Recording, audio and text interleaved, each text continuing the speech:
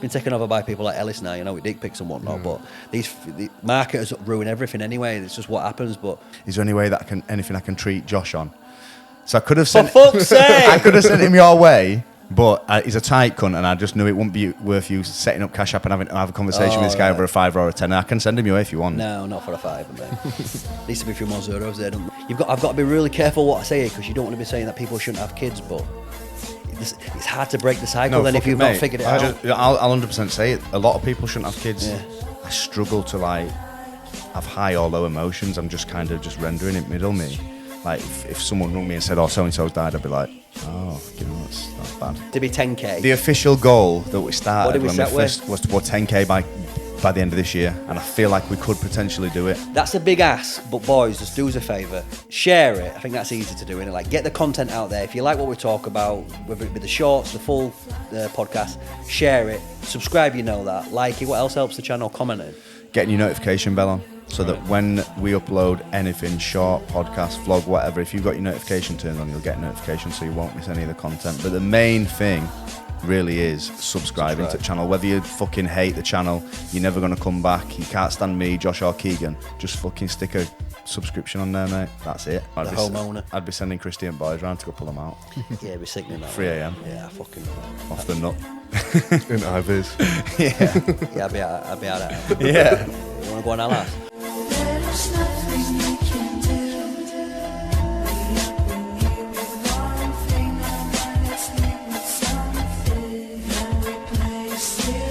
Talk me through what's happened with us as guests here. We've got a new guest sat down now. What's going on?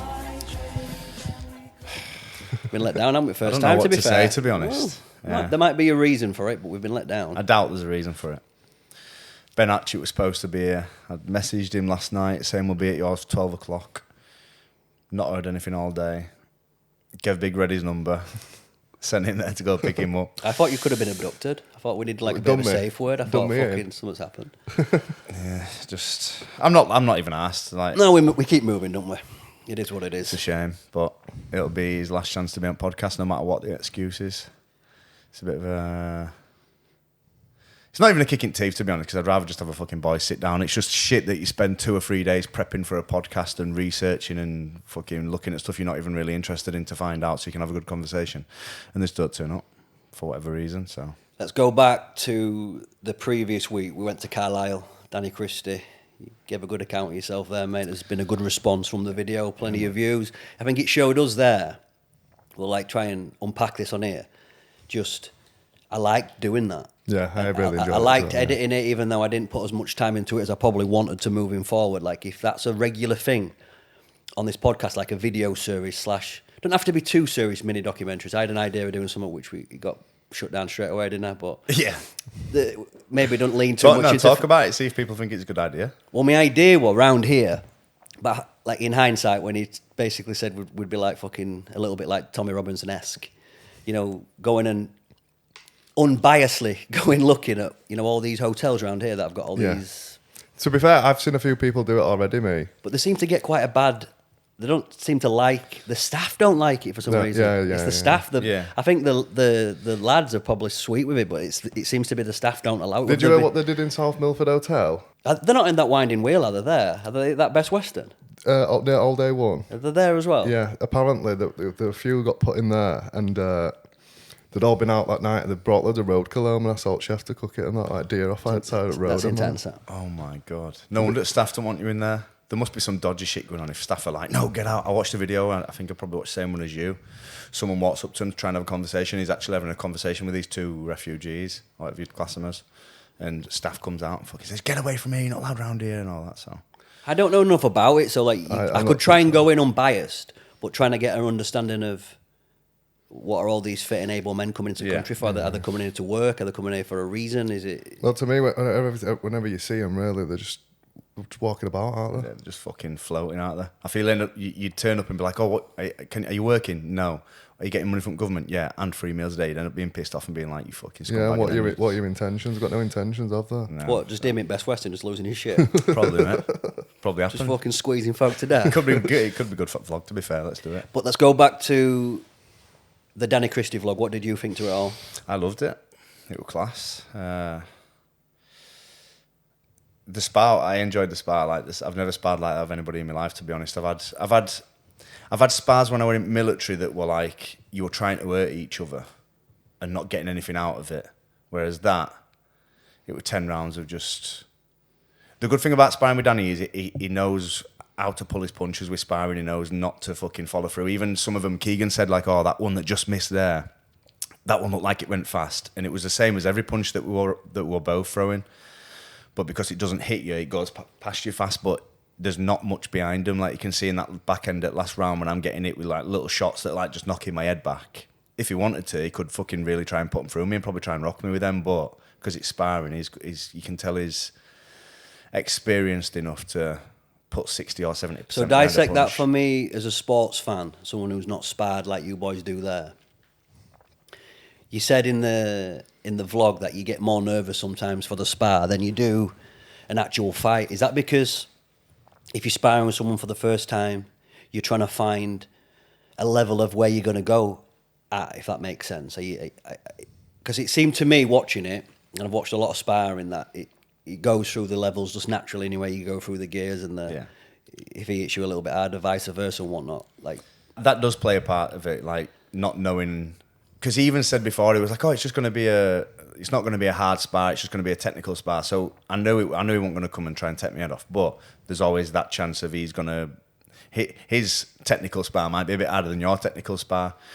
But I think the nerves come mainly because fight day, you prep for it. You have your fight week. You do your weight cut. You mentally prepare for the fight. You've watched it in your head 1,000 times. You know it's fight day. It's a big thing.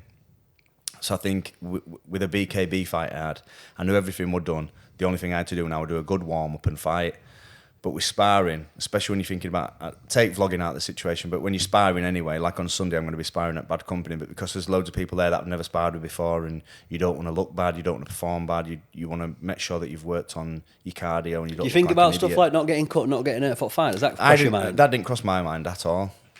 Apart from when we put Vaseline on and Danny were like, "Yeah, good idea, let's get your gloves up and that as well." It still didn't even cross my mind there because I've never been cut in sparring or never really been injured in sparring.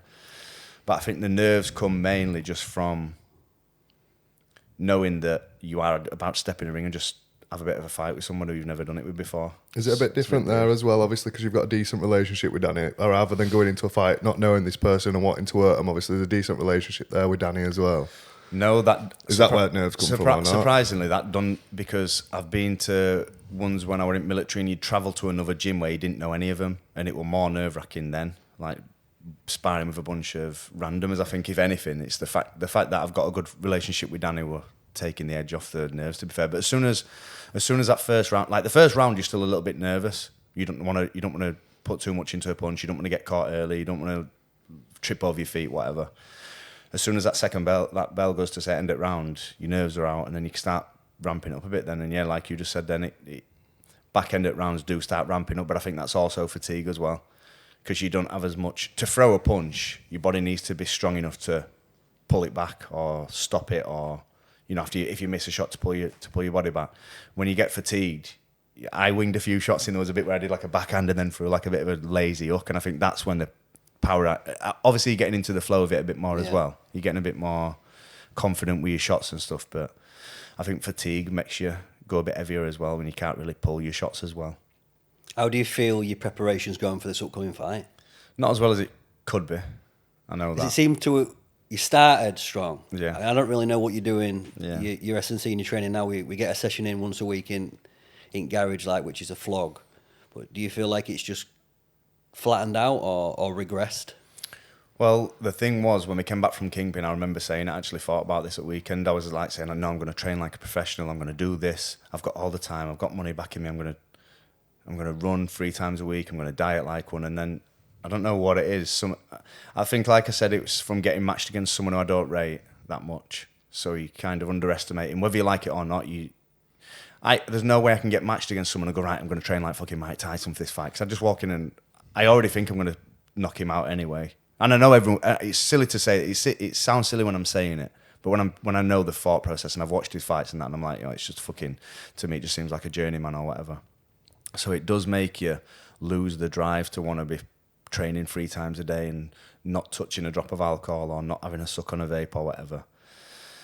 And that's probably due to what we just talked about earlier. That's probably down to me just losing motivation with everything recently and not being able to say no to the little vices that I'd usually have quite a bit of discipline to say no to, like fucking having a vape or a smoke when I've said I'm not gonna. You know what I mean? Like, I said it the other day and I was rinsing Emily about vaping, and then 2 hours later, like, oh, go on then, let me have a taste of it. Yeah, we said it off camera. It's almost being a hypocrite that, and I do the exact same with our lass. It's a weird dynamic to be in, isn't it? Yeah. What do you put that down to? We said it beforehand. Do you put that down to because you've been too harsh on yourself, or do you feel like you should be doing more? I think if I'm comparing myself to how my mindset was 6 months ago, I feel like I need to be this harsh on myself. I feel like I've just slowly got more out of shape than I was 3 months ago for some reason. I'm lighter. I'm probably not in as good shape as in lean and muscular. Obviously, I had a drink on Thursday, which is not good 3 weeks out from a fight.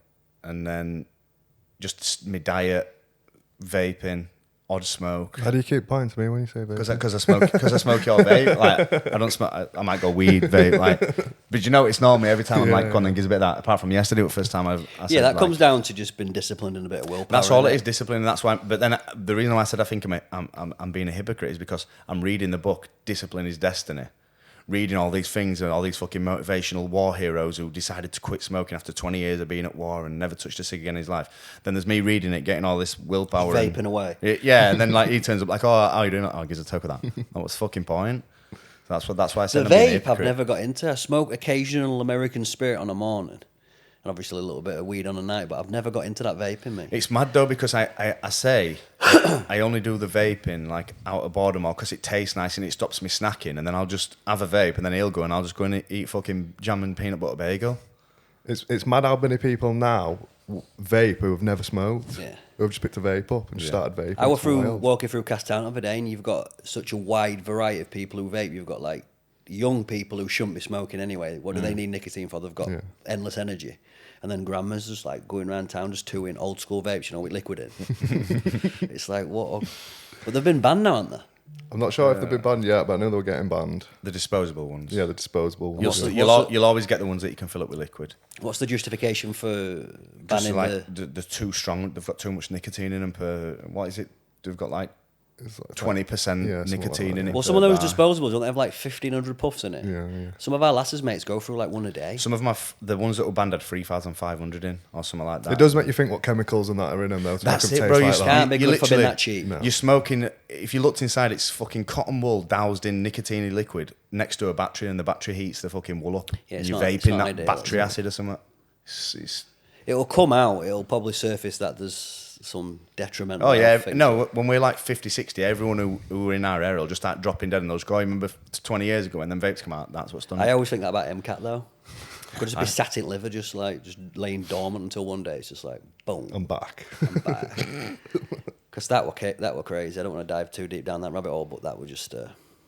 What do you see for your fight? You see a stoppage? Yeah, 100%. I even asked the promoter if we could do 5 rounds because I just want to put everything I've been learning into a bit of a fight, but I just can't see it going past like first and second round really.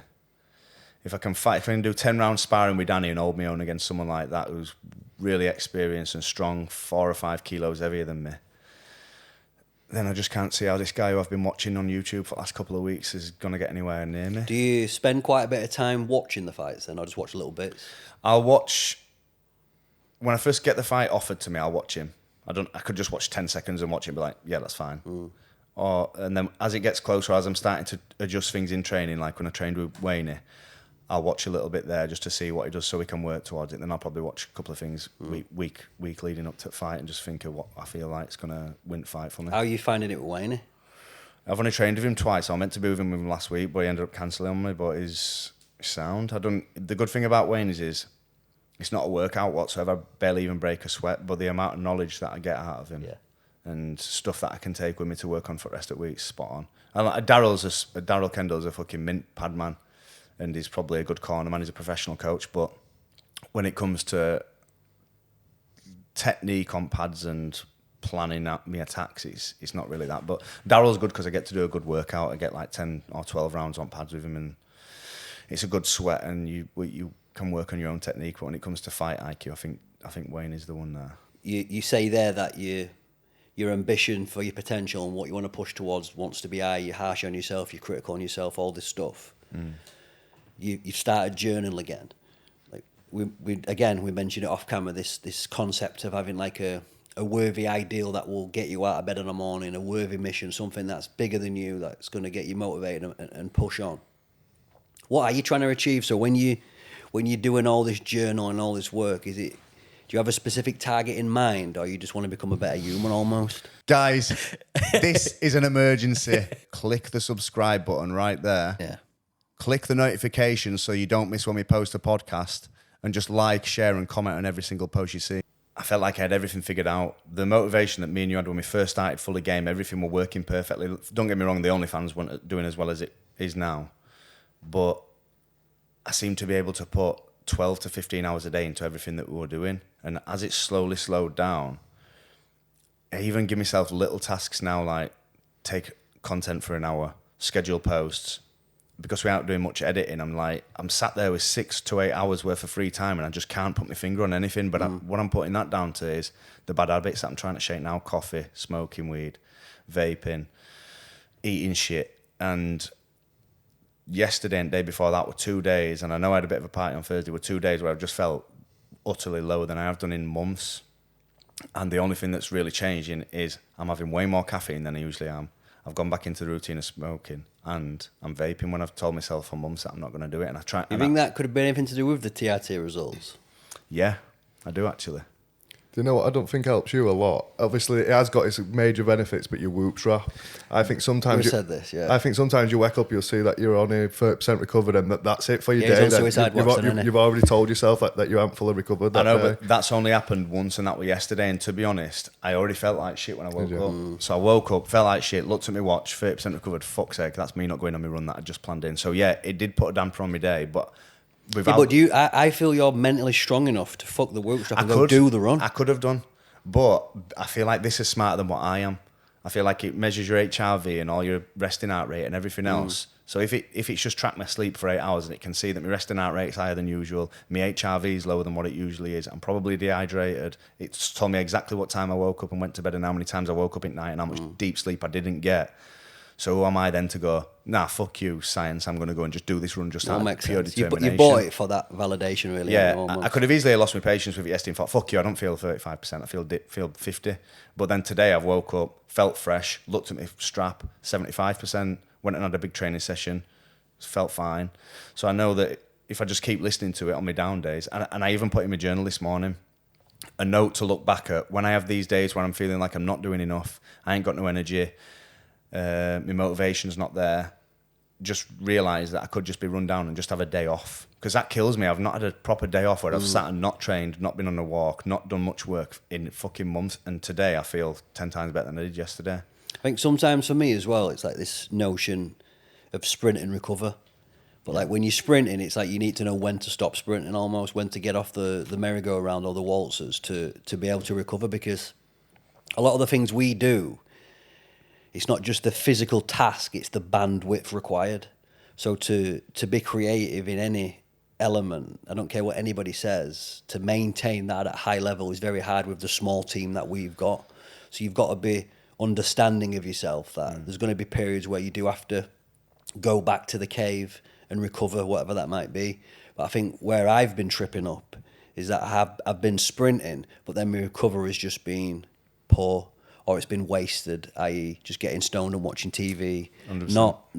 not giving back to my body or my mind. That's going to, when I'm ready to sprint again, I'm ready to go. Because for me, if I look back through all the periods of my life where there's been good runs, whatever that might be in business success, bodybuilding for me, or whatever I'm working on,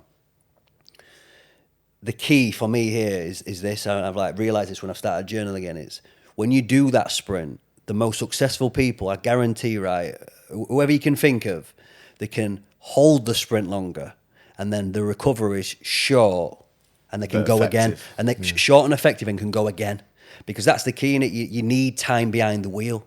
So if we like try and dissect what we're trying to achieve with FullyGame, which is putting out quality podcasts, getting good guests, doing a video series, doing solo stuff where these solos, there has to be stuff to talk about, which comes back to are you living a good life? I remember a piece that Gary Vaynerchuk said, you know, when people get confused of what to post or confused of what to do, his theory, and I always bring this back up to myself, is to document, don't try and create.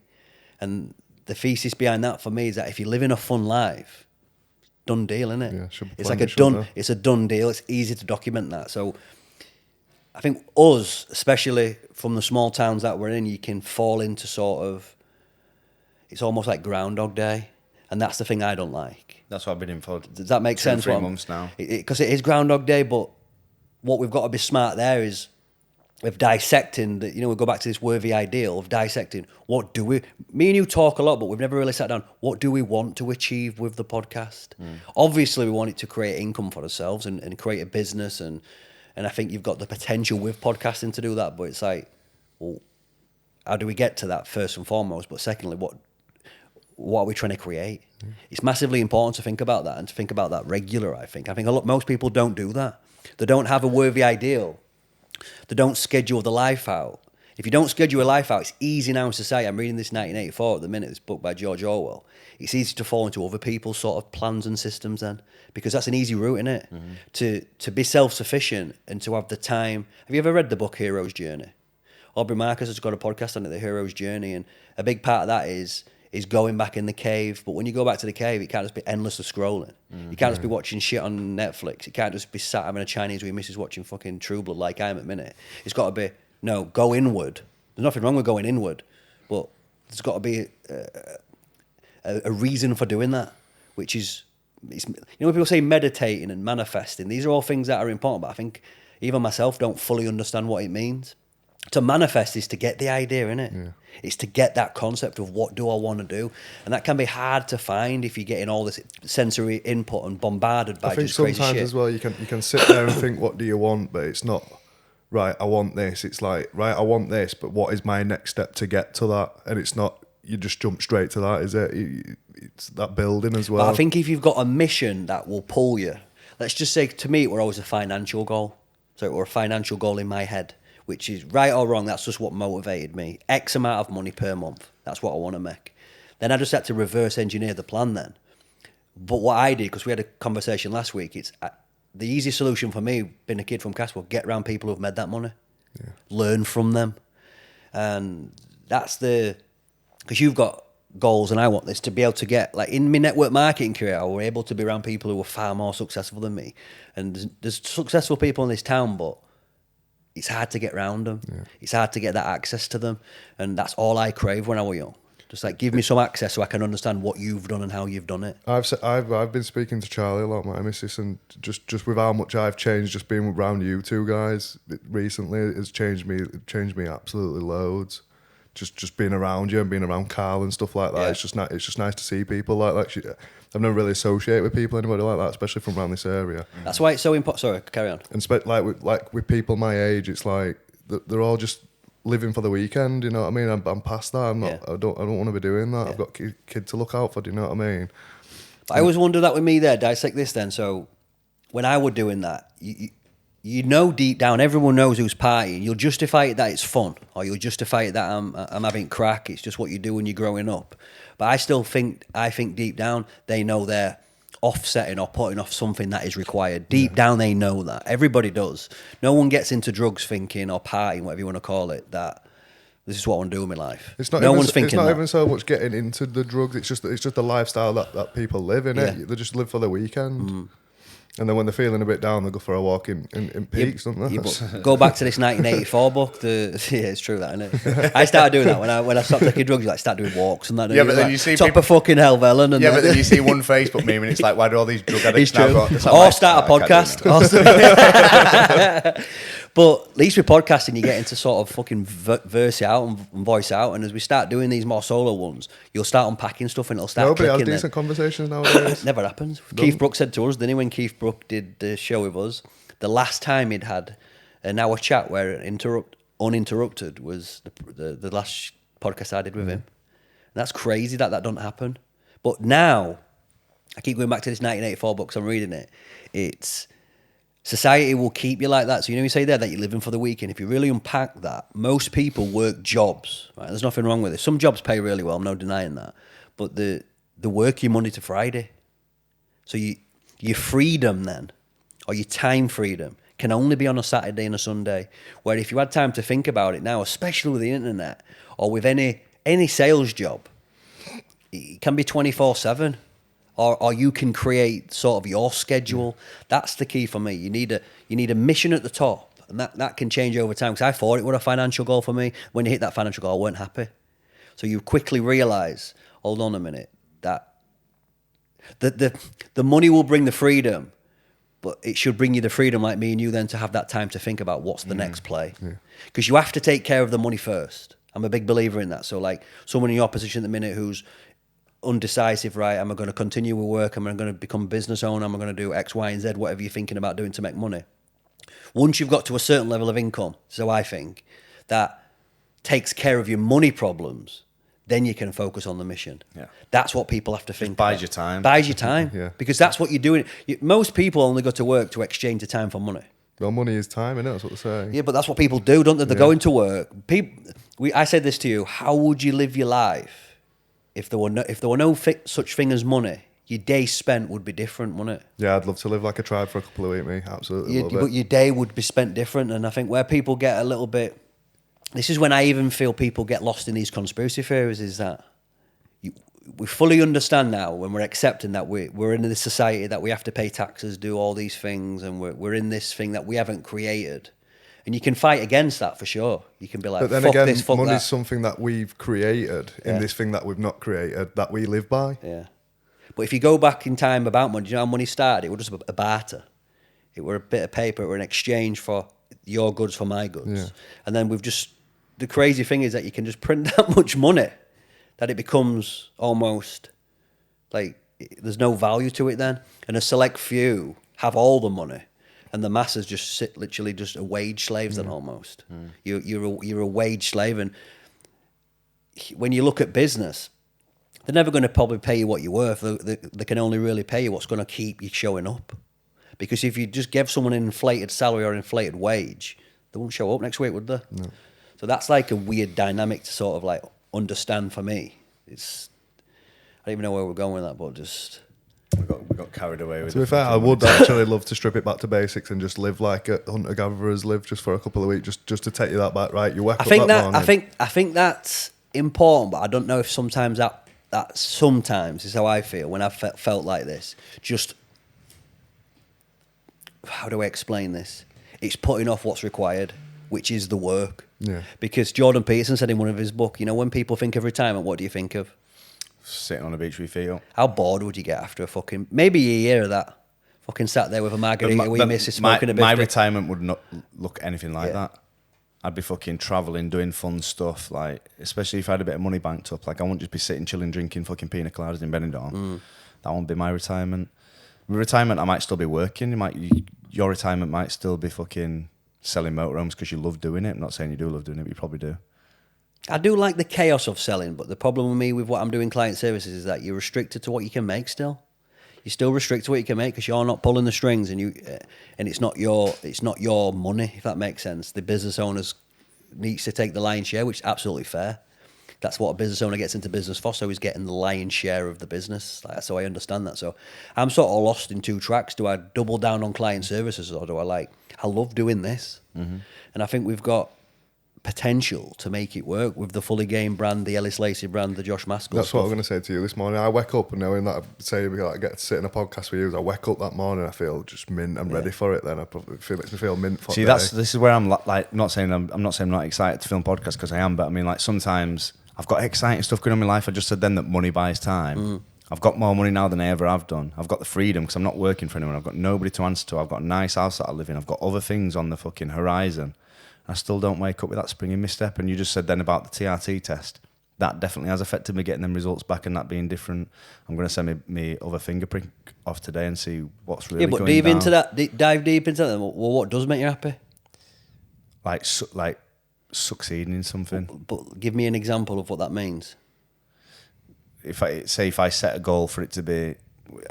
The last time I fully like we're excited, and it's a bit shit saying it's a financial thing, but when my goal was to get 10k, and I got 10k, and then now it's like it seems normal getting that every month, and I'm like, oh, but it could be 30k a month, and then something's just stopping me from driving for that 30k a month. I don't know what it is. Do you know what sometimes I think with people of our age now, that you get lost in this sort of capitalist money, clout from this, clicks, likes, views, all this stuff. But you know, at the core root of it, mate, you know, I think in your DNA or whatever it might be, we ain't had kids. I'm telling you, mate, I think I've read books about this, and I'm 34, you're 30. It's like, imagine if that feeling that you're unaware of what it is, it's just like, why the fuck aren't you making babies? Yeah. You just never know with that shit, do you? Well, I'm ready to make one whenever, mate. Yeah. Just fucking get If it rolling. if Emily rung me now and said I'm pregnant, I'd be like, sweet. Yeah. Buzzing. Does it scare you that it would slow you down? No, I think it'd speed me up. I feel like that'd be the kick up the ass I need. You just said then about you've got a kid, you don't want to go out on a weekend, you've got a kid now to fend for and to provide for. Yeah. I feel like that's what I need. I've achieved stuff for myself now. I don't want to be my own priority anymore. If I can have someone else to prioritise. And there's that, but you know, I'll also say to myself, it's like, I still haven't done my job of like retiring my mum, or being able to like, because if you're treating the money thing as a game, there's unlimited money out there. There's trillions and trillions of like dollars, pounds, all of it. It's all there, right? There's no reason now with the internet. It's what beats me up is that you can't box it off with the internet in some facet, I think. And that's what I really want to try and achieve with this podcast, to see, we'll go back to the child thing, but how far can we take it? If we get excellent at it, you know, we commit to it, we treat it like a profession. And I think the thing that we're going to benefit from is that we've both probably had a word with ourselves, and we're back to sort of our personal development and our personal growth. And I think if you can master that, that'll transition very well onto camera, because, yeah, we can have crack and have fun and stuff like that, but a deeper meaning, there's going to be lads out there who probably do need some insight as well. And if we can just document our sort of rise, we're not saying we're fucking perfect or special or anything like that, just three lads who are just trying to become better. And I think that is something that's not spoken about enough. I know you've got people like Andrew Tate, who I think at the core of their messaging, do we agree with this, that's probably what they want, but they've almost had to, how do I verse this, orchestrate it and put it across in a way that is just, that's how he to me, how Tate beat the internet, because he was just this massive figure. When I always wonder with him, if he ever got to meet him, if he is like that in real life. But I reckon he's a right gentleman to me in real life. well, I think he's a gentleman on the internet most of the time. But go back to his older stuff, and I'm not saying there's anything wrong with this, some of his more because he was playing savage the game. I think he knew how to play it. Yeah. He knew would get a response. But I think you've seen the real him quite a few times in some of his interviews, Yeah. or some of his videos that he's done, or even some of his little podcasts where he sat down. I feel like you do see some of the real him, which you'd probably see day to day. But obviously, like you said, some of his older stuff where he's probably clout chasing, trying to get a name for himself, he will just be a savage who just says things to get reactions, and it's worked. Yeah. Now they're coming back to bite him on his ass a little Go bit. back to your happiness thing there. Like, where would you rate your happiness out of 10? I'm still like a 7, Yeah. 7.5. Yeah. I'm just not like... But bro, looking back, like I had this conversation with Zach the other day. I said I struggle to like have high or low emotions. I'm just kind of just rendering it middle me. Like if someone rung me and said, "Oh, so and so's died," I'd be like, "Oh, you know, that's bad." Or if someone rung me and said, "I've just won fucking £2 million on the internet," Yeah, I feel this way. I don't think you lack empathy, but it's not your strongest trait. No, it's not. You're a good brother, and when you're loyal, you're loyal. I think your general empathy is not always... No. You've got better at it. Yeah. But it weren't like something that I felt were your strength. I feel like I've just struggled to show it from just being a kid. I don't know what... I'm a bit like that, though. Oh, yeah. There's must be some reason why I'd have to have a fucking therapy session or something to try and put my finger on it. Yeah, 100%. I've always, whenever anyone's talked about therapy, I'm like, even one of my exes is like, "Oh, you need to get therapy. Like, you struggle to do this." I'm like, "Yeah, probably." But I reckon if I actually did sit down with a therapist, I probably would be able to get a lot of me. I'm not saying anything crazy or mad or fucking traumatic's happened in my lifetime, but there's probably some little childhood traumas that do hold me back, whether I even remember them or not. Like I can remember once when my mum's still a nursery like teacher now, but I went to her nursery in Leeds when I was a kid, and obviously used to do either the afternoon or the morning. So I'd do the morning, and then one of her friends, Jane, would pick me up and look after me for afternoon. And she had 2 older daughters that were probably 4 and 7 years older than me. So I used to go and play on their streets, and then they used to like take me deep into their estate in the middle of Rolls. yeah, somewhere rough like that, and then just leave me and just fucking. I just used to be lost. Didn't know how to find my way back, and I used to be terrified. Yeah, that's serious proper, trauma. like, That's serious trauma, mate. There. 100%. Yeah, but loads of Isn't stuff it like weird that when used you to happen unpack to me. it and you go back and you like remember that there? It's fucking. But mad. it's because you look back before, like, if I'd have thought about this a couple of years ago, I wouldn't have even thought that had affected me. I'm like, oh, I only got lost. I found my way. Like, all's well. But the fear that you'd probably get from feeling that you're lost in the middle of a place that you don't have a clue where you are is probably quite terrifying as a kid. It's funny you say that, 'cause when I were about that age, I used to get a really bad fear of him and Joe Brain down a ducking me. And that. You've mentioned this a few times, haven't you? That's childhood trauma. But I think that me getting treated like that when I was a kid is probably what made me be a cunt when I was. That's what people do. It's normal psychology. It's I'm going to take this feeling I've got, I'm going to put it on someone else. Mm-hmm. Versus the key should be break the cycle. Yeah. Shouldn't it? That felt horrible. I'm never going to make someone feel like that. A true form, it should be right. I felt like that abandonment and this, that, and the other, feared, fucking all these emotions that have come up. I think as a kid, it's hard, and especially if you're not been taught right from wrong fully, that or your parents just don't know you're doing it. That you can't do that. That's where. But the thing, it comes back to the money here. Like if your parents are having to like the month to month people, which my parents were, financial struggles in the house. Whether you know it or not, as a kid, you've got a feeling just from where you live. Even if you're in close to it and you're in a small town, that's all you've known. I was still fairly aware of, we ain't got unlimited money here. We ain't got unlimited access to things, and we're middle class holidays and stuff like that. But like the parents aren't in that. My point being there that the parents aren't in the household. So like I'd only ever want to be able to have a kid where in my head, whether this is just a default to put it off, that everything's ticked. I remember I met Steve and Rhonda Martin, who were in network marketing, like £1 million a month earners. They had kids really late, when everything was just ticked off. Yeah, but do you think there's ever going to be a point where everything is ticked off? People say there's never a right time to have a kid. This. I probably agree with that, but let's just go back. Because I like to dive deeper and stuff. I think we should do this more. So you mentioned there that if Emily rang you up and she was pregnant, you wouldn't be bothered. But have you and Emily sat down and said, right, this is what when I bring a child into the world, this is what I want to do. This is why I want to do it. I want them homeschooled. I want them to have like access to money. I want them to be able to go to a private school. I want them to be able to do X, Y, and Z. Like people don't plan it out. No, we've had a conversation not as deep and intense as that, but I've said like the reason why I don't want a kid now, and I know I'm getting older, is because what you said. I want everything to be set. I want to have a fucking house that's built or paid off. I want to be able to pay for a nanny if I need it. I want to be able to afford everything that. I'm not going to spoil the kid rotten, but if the kid ever wants to go fucking on a skiing holiday when he's in school, I'll make sure I do, because I never got that sort of treatment when I like the best I got a residential, and like you just said about you got middle class holidays. I had 2 holidays to Benidorm as a kid. That was my life holiday. But it was my granddad who took me. All right. Yeah, so like he was probably a bit of a north star to me growing up. So I'm like, Skeezer's doing all right, and I tried to soak that in. As a kid, my granddad wasn't always mega present because he was working a lot, but he had like big libraries in his house, and I was like, not big libraries, but I mean ton of books, and he'd read like about law, and he were like just dissecting it, and I was like, fucking hell, like you can get this wisdom in it, and that's how you should. Each cycle should want to get better. You want to be the baller in your family. When you just said that's what you about... want to be. You've broke the cycle. Then I think that's where people don't do it. I'm not saying I've got to be really careful what I say here, because you don't want to be saying that people shouldn't have kids, but it's hard to break the cycle. Then if you've not figured it out, I'll 100% say it. A lot of people shouldn't have kids. Yeah. You see these fucking people who are definitely not role models. They've never worked a day in their life. They don't intend in working. That's the reason why they're having kids. They shouldn't have kids. You can say that openly. When you just said then about you want to be did you say baller? Well, not a baller. No. If you could, so if you look at the Maskill name, right, or even use my mum's name, Walsh, you want to be fucking. He changed course of that family's direction. I agree, there. and I agree.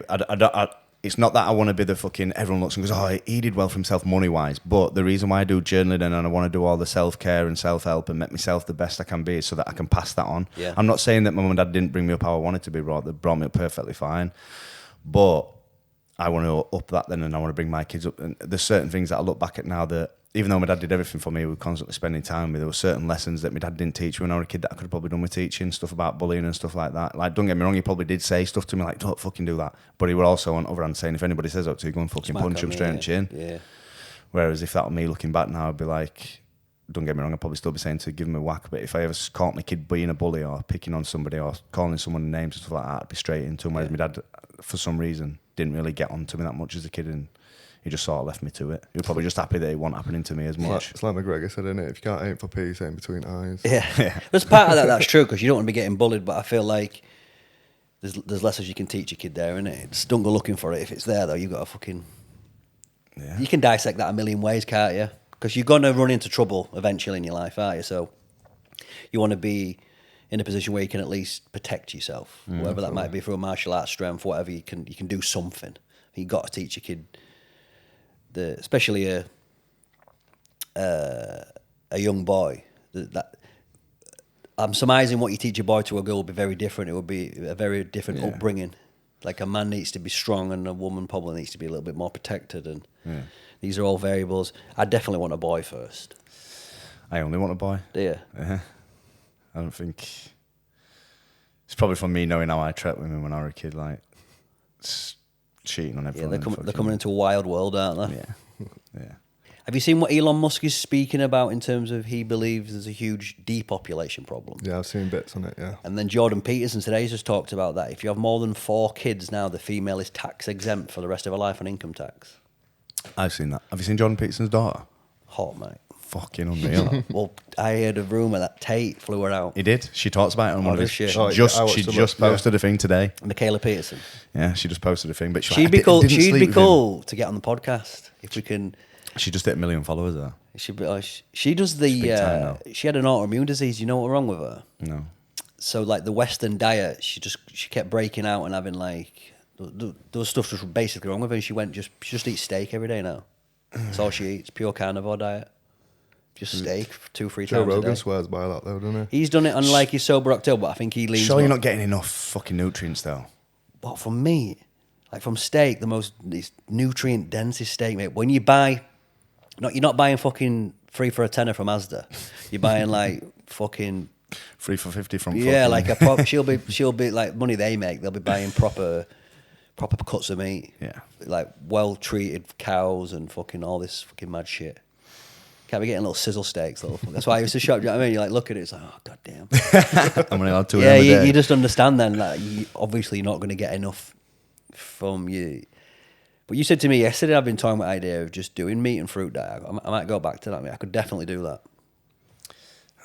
I just like carbs too much, me. I'm not a big carby person. I'll eat it like if it's there. So if Mrs. like makes me some rice, it's the fruit where I get my carbs from me. I won't sit and have like fucking oats on a morning. I'll try and make my son do that sometimes because that will like just part of my regime with bodybuilding. But I could definitely eat because I ain't got a big appetite, me. I'm like that. I ain't got a big appetite, bro. I could fucking go to Nando's right now and just eat like a full. No, I could, but I just don't. I could eat now. Why don't you? Because the probably secret there is that I'd rather sit and eat the vast amount of my calories of her tonight. I don't want to be out of shape too much. Yeah.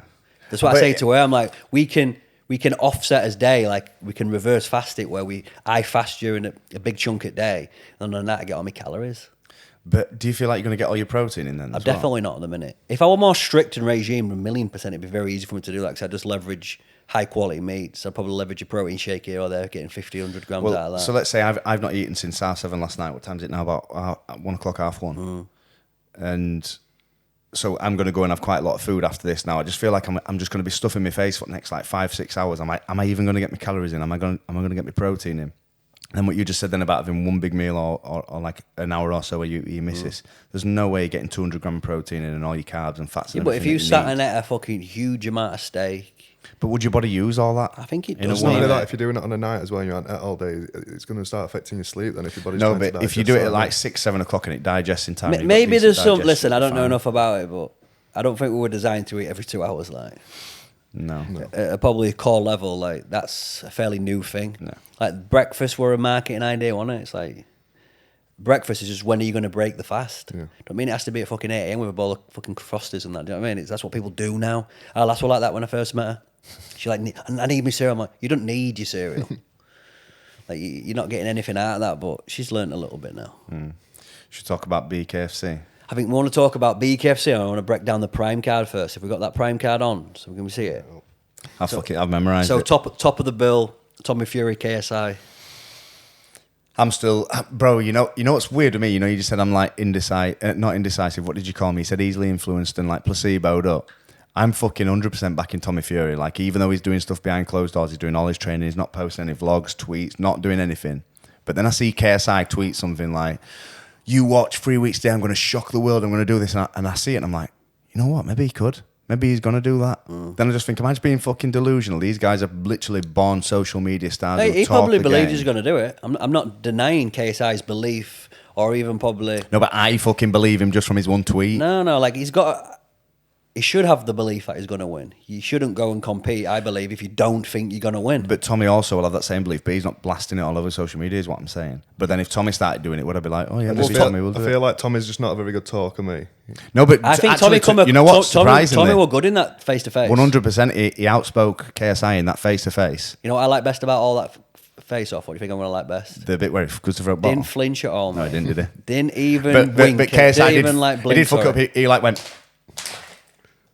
and then Tommy's like... he realised it Yeah. fucking... That. He just laughed it off out of He awkwardness. picked his metal container. Yeah, anyway, That's fucking- I've got a fucking better throw than you and it's metal, so do what you want, pal. I think he came across well in that. Didn't Yeah, he did. I agree with that. He's just one of them, I think, and I'm kind of backing what he says, where he's just like, I'm a fucking professional boxer. You muppets are just doing all this for laugh. Like I'm gonna just go through all of you if you want me to. Yeah. Why, when someone becomes an influencer, do they start boxing? I just think that's the way it's gone now. That's where the audience is. It is hot at the moment. The boxing is hot. Like Jake Paul's brought it back. But then you revert it back when you've got beef. You have a scrap, don't you? Yeah. And I think that's how it started. Just with like obviously KSI, Logan Paul having that beef way back when, and they just organised a boxing match, didn't they? It got big from Respect that, to really. him, because I see what you boys put yourself through in that. It's no joke. It's hardest sport to probably competing at that level, and the highs and the lows are there, and you can get knocked out on live TV. Like what? Yeah. Like in rugby, even if you get knocked out of rugby, no one really cares. In terms of like you just come off. If you have a one-on-one, if you get an head knock or someone just wins you in a collision, then but if you get knocked out on live TV, while she misses the same crowd, it's fucking crazy shit. I don't think I could, and I mean this, I don't think I could even met the war. And then there's alt reels that come after months on end. Yeah. I suppose these boys are used to, they can make the walk easier because they're probably fighting competition that's on their level. But when you start getting to this KSI thing now, like, I think there becomes a skill discrepancy. And that in any sport, if you've got a skill discrepancy, you should be able to see that as a sports fan. Like you couldn't just expect Cass Tigers to play Lot Lane B team and they'll get close. And it'd be close. Well, I don't know with Alcázar. Sometimes, but my point being, like in sport, there's levels, isn't there? Yeah. And it's a skill discrepancy. There's an experience element to that as well. Whereas KSI has, to me, in that face-off, shown that it didn't phase Tommy. So Tommy will show up under them lights and compete, and he thinks he's gonna. I think now he's done the J, can he? I think he's a bit more relaxed. Tommy will be a totally different fighter. So will KSI, to be honest. But I think Tommy will come out totally different to what he did with Jake Paul. It was a bigger stage for him. Whereas, don't get me wrong, KSI's still a big name, but I think it's in Tommy's hometown. He's fucking used to fighting on them lights now. He's used to that walkout and being the fucking one that's hated. He'll probably get booed out. Did you feel KSI came across fairly bad when Tommy asked him a valid question like, who have you beat? And he couldn't really give any names, could he? I don't know if he knew that. He went phase or temper or whatever it's called. He went, who the fuck's that? Do you think he knows that? Or do you think he just... No, I don't think he knows it. Don't know who it is. Genuinely don't know who he is. And then he was like, Joe Fournier's like, what a fucking fat drunk who's been living out in Dubai for the last 7 years. Are you elbowed? He's got a fair point, to be honest. But I am excited to watch it. We could potentially go to it. I feel like Chris could pull through with them tickets, but I just feel like it'll be. I think it'd still be equally as good watching it in social. It'll still be class. I think just the environment and the people that would be around if we went there, but it's just too close. I think I'll be fighting at like 5 o'clock, and that'll probably start at 7. You've got an hour and a bit drive to Manchester. You'd just be flat out. I don't know. We'll see. Second fight on the card, you've got Logan Paul, Dillian Dennis. I can't see that happening. Mike Perry in it all day. Mike Perry, I think. You think he'll step up there? Well, he's the backup fighter. I just don't think that'll happen now, especially with Logan's tweets saying stuff about taking him to court and he's getting quite hot on socials as well. Mike Perry now. Yeah, he is. He's putting his own content out. Yeah. Who else is on that prime card? So next Salt one, we've got Pappy and Pappy Slim. Slim, yeah. Salt Pappy all day. Yeah, I think. Salt Pappy seems to have got fairly close with Warren Spencer. Yeah, because Salt Pappy trains with AJ Bunker. AJ were friends with Warren, so Warren got invited down to do a spar with him. And Warren said it were all right. He said Slim's a good boxer. Pappy, as you mean? Sorry, yeah. He's friends with Salt Pappy, went down and sparred with Salt Pappy. Said that Salt Pappy were a good boxer, and I think they've just stayed close and they just comment on each other's stuff. But Salt Pappy's proper slimmed down, mate. I saw him, he was training in a wet t-shirt where he had abs popping through. He was already quite slick and skillful as a chubby, like 14, 15 stone kid. So now he's been putting the time in clearly. I think he's going to absolutely knock Slim to pieces. Yeah, I think Salt Pappy's got that win. Who's else on the card? King Kenny Anthony Taylor. Yeah, we discussed this because we watched King Kenny fight on Kingpin in Dublin. Yeah. You were a big fan of his boxing ability, weren't you? Even though you eyeing him up a fair bit and all, weren't you? But I think Taylor wins that one. I don't know. I think it could. I think that could go either way. It depends what King Kenny's like under pressure of Taylor. But I just feel like I said yesterday, with how quick he's improved in that year, King Kenny, I feel like his coaches will be like, right, this is what he's going to do. He's going to rush you. He's going to come on inside. He's going to throw these looping shots over the top. All you need to do is this. And I think he'll just stick to game plan like he did when he fought Nunes. Whindersson Nunes, is it? Whindersson Nunes is fighting on it against my mate Nate. He'll smoke my mate Nate. I thought you were your mate then, but that's his name, isn't No, it? his name's my mate Nate. He's a fucking geek. He should not be boxing, bro. When he fought King Kenny, he were like in face off. He were like smiling that much to King Kenny. King Kenny was being like, "Fucking go away, you weirdo." Then King Kenny stopped him. Who else we got on there? Do you want us? I want to bring up. Can you remember when we went to? Got another tag team match on there. As Oh, well. is that Brazilian in there? Yeah, Pineda and B Dave are fighting against Nitch LMAO and Alex Wasabi. But he fought this weekend. Can you remember when we went to with Warren? Where did we go to? What at a Misfits event? You remember when we went to it and there was that tall white lad? Fucking hell, he fought this weekend. We got put on his ass quite heavy. What on? Remember when you called him out and we did that vlog? You're like, who the fuck's Oh, this guy? I do know you're on about Ginty. Is it Ginty? Ginty got beat by that Temper who KSI were bragging about fighting. Yeah. Yeah, and I saw that Ginty put a tweet out, and it was like a slow-mo of him getting punched, and it's like a hook. And it sort of catches him round to the back of the head like that, and he's like, yeah, fair enough, Temper beat me fair and square, but look at this for a bad shot. Like, no, you stood square on with each other. You look away as he throws a fucking left hook. But, yeah, I've DM'd Can't we him try and get in? I I've think that DM'd could him be a a couple of fight. times. He's not interested, mate. He's not interested. I think he actually read me messages as well. What, just no response at all? Just left fucking Yeah, on scene? just probably just went on my profile and just went, nope. Probably a very fair So he's assessment understood, for him. I can get it. It's probably a fair assessment. Yeah. Is that pretty much that for the card wrapped up there? There's much, yeah. Astrid Wett's fighting on it, I Astrid think, against that girl who she had a bit of an argument with. I wanted to see if she were back out, Amber. She's on about fighting in Brazil. But what was the Brazilian called with the heavies? There were Julie Pocker. Yes. So she's Brazilian, and I think she's got a big fan base over there. So I bet they'll probably try and put one of them shows on over there. So she must be wanting to do the next Kingpin over there then. Did you see she put a post on this morning saying super grateful with some flowers on it? Well, it doesn't take a rocket science to figure that one out, does it? Do you know who though? Who do you think it is? Well, you told me. Right, yeah. No, but that's not 100% though, but Well, you fucking... I might just comment it saying, are they off him? Well, surely it doesn't take a rocket science to figure that one out. Who's him? He's called... He said... Yeah. It's called Here's his address. I've been proper focused on bringing my screen time down, me. Like that's like the What main. you averaging out at? It's down 35%. Some of it, like if I have a business day at work, a lot of my text funnel and work stuff's on here, so like I try and have a read on that. But if I catch myself now just endlessly scrolling or doing nothing of value, or just even trying to get a dopamine hit from like some more information, there's no need. Like read a book, have a project. Like here, I have simple projects. What age were it you started? Like when you picked up a book and you actually started reading? Like, Well, my mum said that I used to really enjoy studying when I was younger. Like books were a big thing for me. And then as through school, it's a bit. You don't want to be probably known as a fucking reader, do you? So.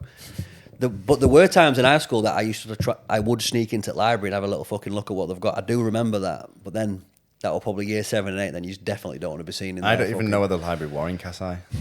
Well, you'd come up and it was in that middle section, wasn't it, before you go in Crush? Opposite Butler. No, I don't ring a bell. Well, he's definitely not been in there. The only thing that got me into personal development, mate, was when I started being around people who were far more intellectual than me. And I quickly realised, hold on a minute. Whoa. Either these have been taught stuff I don't know, or they are reading what they're telling me from stage to do. Like Holt and Bugs, who were a big mentor in my life in the network marketing period. Same with David. He said, day and night, do personal development. Day and night. Have it playing all the time. And they were like teaching you things like, even if you don't read audiobooks like Earl Nightingale, you know, Think and Grow Rich, Napoleon Hill, these are books that are going to get you to think differently. And he were a big believer, David, because of where he'd come from and he wanted to like get through it, he wanted to become better quicker. During his, I still do it to this day. I go to sleep with listening to stuff, me. Do you feel like you take that in? I don't know. Like he knew more science than me for like just taking it. Maybe it disturbs your sleep. Maybe there's a negative to it, but he used to listen to it day and night. Like that's just what he did. I feel like if I listen to audibles, right, and I take in all this information, but I don't write it down, it doesn't sink in. If I read a book and I read through 20 pages and I go, oh, fucking hell, that's amazing. Oh, that's really good. Can't believe I've learnt all this. I'm going to remember all this. If I shut that book and go to bed and you ask me, oh, what did you read in them 20 pages? And I go, oh, really good. What happened? Yeah, but the key there, so like if I go through my book here, I write down. That's what I'm saying. I have to write stuff down. And that's okay, but that comes from the fact that you should reread the chapter. Like, again, it don't go back to an ego metric of how many books have I read? Oh, I've read 500 books this year. No, you probably should read one book 50 times. Like to understand Think and Grow Rich and to go back through the chapters and to grasp it all. It's hard, it is tough. And to basically remove some of the hardware that's in your brain and replenish it with positive reinforcement and a new way of thinking. It's difficult because you've got built-in patterns and you've got built-in programming anyway. So you have to reprogram it. Whereas look where most people program the brain. It's like it's on Facebook. It's like that's why it's even important now. Don't get me wrong, I'm on Facebook and Instagram and I scroll sometimes. But Twitter's where I've curated my feed. So I only follow like 15 people. It's people I want to listen to. And Twitter, X now, whatever it's called, it were a platform for discussion.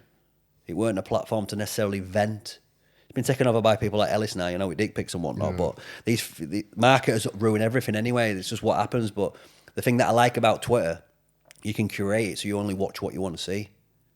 And like now with the books, it's just like, if you pick up a book and you're not into a book, fuck the book off. Like, you'll know when you find something that you need or you want. And that comes from some people. I've just downloaded that Audible. It's like $7.99, $9.99. You get like one or two books a month. So like you get into just get people, they're reading it to you. Yeah. So this positive reinforcement, you can find it. It's just, don't get lost in that as well. I think I used to think this at network marketing. I was like, the personal development were just, that's all some people were doing. They weren't actually going and doing the work. I think I brought it up on Benny's podcast that it's... Yeah. You've got to get that balance, haven't you, really? Yeah. You've got to learn the personal development, put it into practice whilst also doing your work and everything else around it. I think that's a lot of people's problem in it, that they're taking it all in, but they're not actually putting that plan into action, and they just feel like because they're watching this motivational speaker or they're reading about this motivational person or these things that you should do in your life, they think like they're getting somewhere, but they're not actually putting that plan into action and actually using it for the good. You're looking for a golden nugget that you can action. Yeah. So if they're saying write down a mission statement of 500 words and you read it and you think that's a good idea, but you don't do it, what point reading book? Exactly. Or if they tell you a specific lead generation technique of do this, this, and this, and then you don't go and action, what's the point? I think you get a lot of people who just get that dopamine hit from like, because you're around someone who's got the vibe, you're around someone who's got the energy, and that's what you want to begin with. Like, what's this fucking person doing different to me? And it weren't until you got access to these people that you realise they're just like you, but they've been behind the wheel longer. Yeah.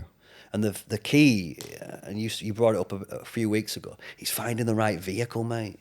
And that's where anxiety can stem from, because you want to know that you're putting your energy into the right vehicles. That makes sense what I'm saying? Mm-hmm. Everybody needs a racetrack to run on, but most people are just racing on the wrong one. Yeah.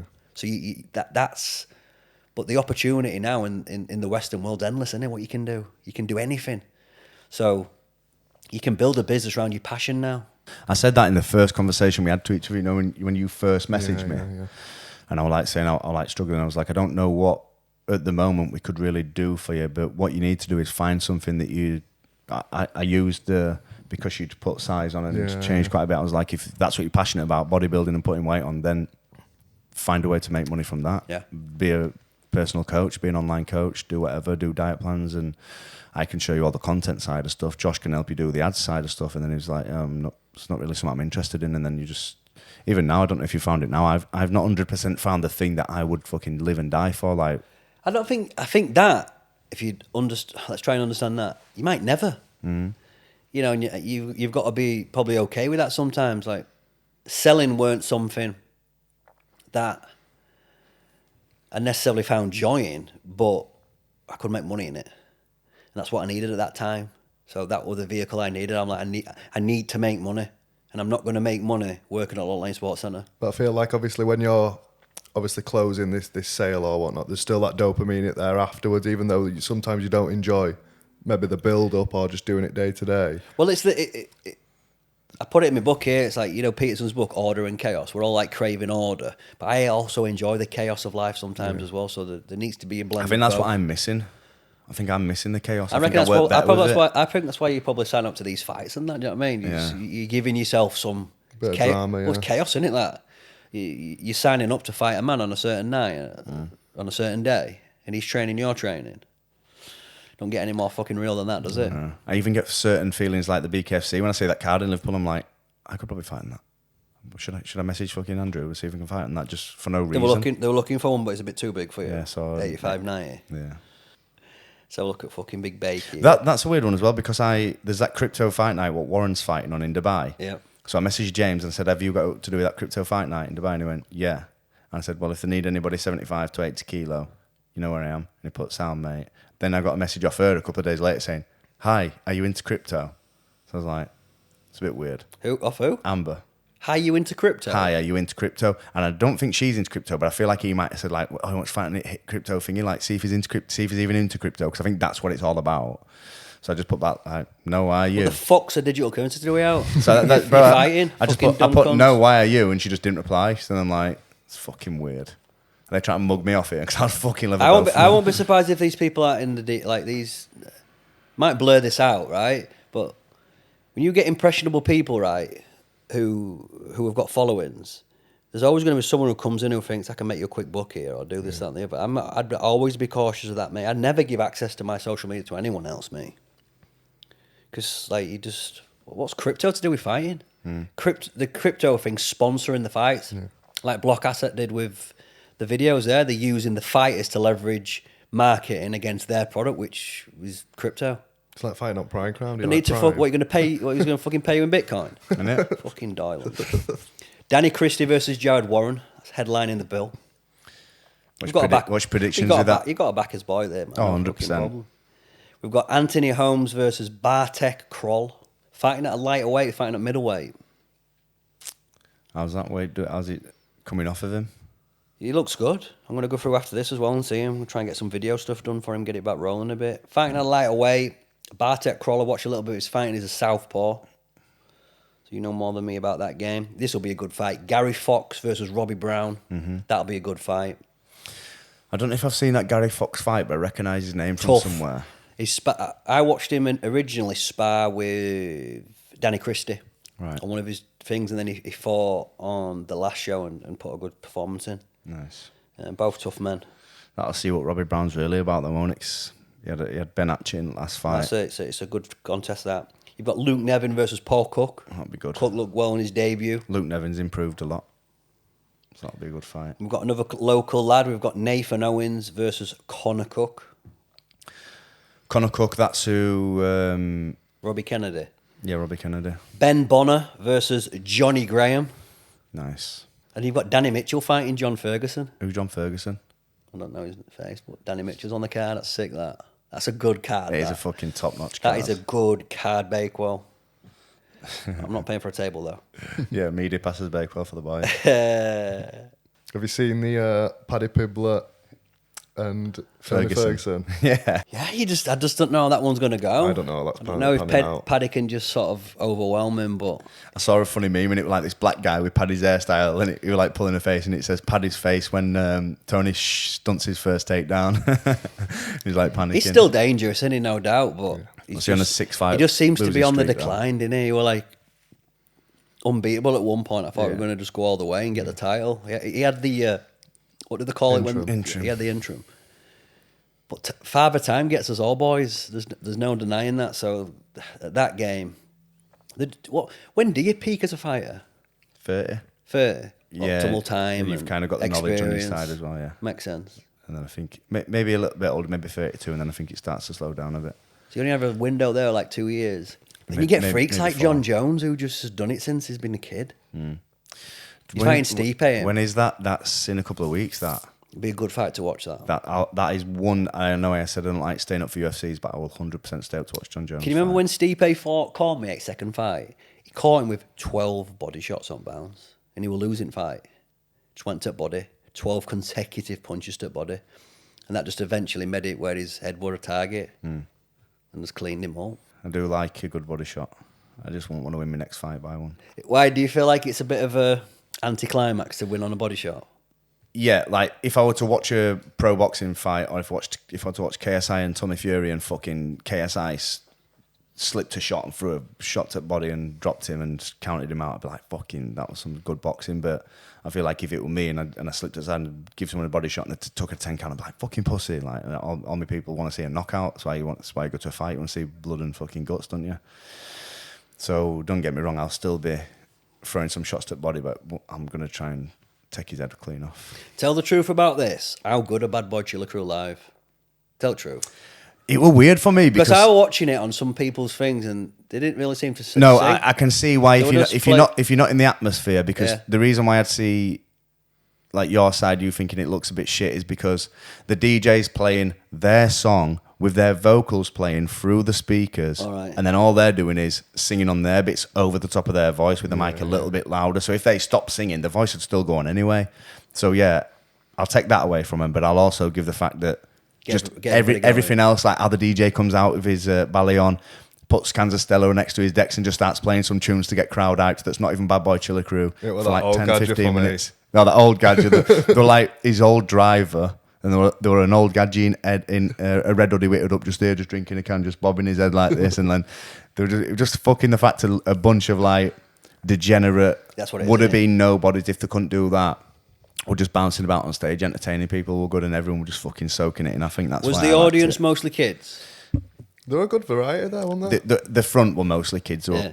The front couple of layers were kids, and then they were just like adults sat around outside who brought the kids. And then, but there were a few like older, just you could tell they just turned to see Bad Boy Chiller Crew. Phil Bennett were there, wasn't Phil Bennett were there. I think he was with daughter, he? wasn't Yeah, Molly. he? Yeah. What are you bouncing about? Yeah. He were having a go, yeah. What? I was trying to judge if he were like partying and that, but he wasn't really giving much off. But yeah, it were a good event. You'd have enjoyed it. I think Carl, though, needs to, we said this over there, I think he needs to, you have to start attracting, it's hard to say bigger bands because the venue's not big, but I think you can sell it to these bands that before you go on tour, it's a good warm-up bit. You got to like coerce some of these bands. You know, bands when I was younger who might not be as big anymore. To get here, I think. Yeah. Because what else? I just don't get. Are you going to optimise that space to have it as a venue where people want to come? Because if you get it as a spot where some of these bands start coming before they go on tour, and they're known, and you're known for that, and because I don't understand all the acoustics. Like, is it a good sound in there? Is it a good sound? It's all right. Yeah. I think that's what he's going to start doing. I think the Bad Boy Chiller Crew were like a big name to get him up there. So when he goes to bands, I know you're not going to sell it every time with Bad Boy Chiller Crew if he's trying to find like an indie band, but you can say we've had these bands on, we've got Caracana on here, they're doing this, we've got some other people lined up. I think he will be able to get these kind of bands lined up. Slowly, innit? I do genuinely think a good comedy night would be good though. I was saying it to you last night. There's wasn't I? plenty of stuff you can do. You can get speakers there, ex-pro boxers, comedy, magicians, that bingo. You know what I think we should apparently try and good. do, but I just think I'd be really nervous to host it, I'll tell the truth. So you know when Misfits do it now, but Sky do a really good job of it, where the fighters meet and they sit and face each other, and they've got like it could be like me and you sat that side, Like a press conference sort of thing. yeah, and run a bit of a press conference for Leeds. Why don't we ask Bakewell if he wants to do a press conference thing here then? Yeah, it'd be sick, that. Because it's a good... To be fair, there's some good talkers on there. You can't even call it gloves off, though, because it's bare knuckle. The wraps are off. Yes, we'd finger some name. We'll fucking get the marketing ploy with it. But I just think that would be very good to watch. We could definitely and do that. that. Definitely builds up a fight, doesn't it? Yeah, definitely. Because there's big there's like... I think that's the problem with, obviously, the bare knuckle industry. It's not as big, is it? So there's not as much to see for your promotion and stuff. No, like but that. if you look at BKFC America, and they do all that. Yeah, massive. Pretty much every time they'll do like a press conference. Maybe not every time, but most of the time. So I reckon if he said to Feldman, like, I've got a venue here, we've got some good fucking fighters on, most of them can talk as well, probably. Yeah. Because I think you'd get people coming down to want to watch that. Yeah, definitely. And then it could get these people actually wanting tickets as well. Yeah. Or if you bought a ticket, it gets you in. If not, you pay a bit of money or whatever. And I don't know. So will there not be a press conference organised for this Leeds event then, or not? They never do. I'm trying to think the Leeds last one. How did that run? So you did the whatever day the day before weigh-in were on the morning at the Village South in Leeds. So everyone got weighed in officially. Then they did at Planet Ice did like a ceremonial weigh-in. Then they fought the next day. But I didn't see a lot of build up to it. Whereas I think some of these, I do know some of these fighters are big characters, and if you can just get that out of them, it don't have to be in a cheesy setting. It's just like bringing them face to face and letting them say what they think they're going to do. If they were smart about it, BKFC could really run a fucking Danny Mitchell fight up because of all the stuff he's done. Fought in UFC, fought for however many years. The knowledge he's got, the stories that he's got, the lifestyle that he's probably living. If they just got a cameraman to follow him for the next couple of weeks to build that fight up, that'd smash it. But for some reason, they don't want to sell the English. I wonder if they just really run on a thin budget. 100% the British one does. 100%. To get that done, it wouldn't even take that much money. Like, I don't know if some of these videographers just charge a premium. I don't know what they charge, for day rates and editing all up. But you get someone who'll come and do it for and do you something decent for okay money. And I think to me, it just sells the fight. That needs to be the thing there. You have to eventually lean into what these influencers are doing, not to their sort of cheesiest level, but portray the fighters. These are real people who fight bare knuckle. I think it will come to a stage where they will start doing that. I think they're just trying to build champions up yet, like Danny Christie when he wins this, and they're trying to get him a big fight. I won't mention it now in case he hasn't told other people, but I think if they're trying to build a UK fighter up like that and it's someone worthy of following around and having a press conference, and they do it, because let's be honest, it's a very good card because we know most of the people on it and we've seen them all. Yeah. 20 Americans or people that are not from North Yorkshire, they're just it's another card to them. But that's what Finland are doing there. So Hungarians have an extremely impressive family policy. Mother's income tax exempt. When you have one child, 25%. 2 children, 50%. So you half tax exemption. 75% for free. And if you have 4 kids, 100% lifetime exempt. Why is it doing that then? Is it trying to get people they've raised female participation in the workforce, decreased divorce, and decreased abortion rate. But Hungary is trying hard to address their birth rate problem.